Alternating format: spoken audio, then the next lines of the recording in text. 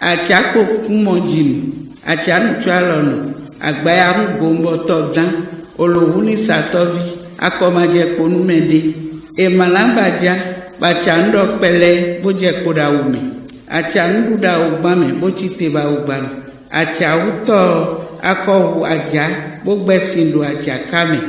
achanu asonu, bowalo dabwame, bajari somenu, fidi makosunavi, avodo aja, bo achanu maya vodovi, achanu gbavo, toma gba ikoli dovi, achata dovi gigi, sadavo komenuvi, achanu dandon, bodo kujena davi, achanu bekande,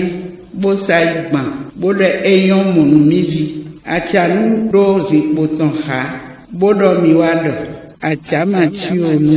ayabada onu ahovi.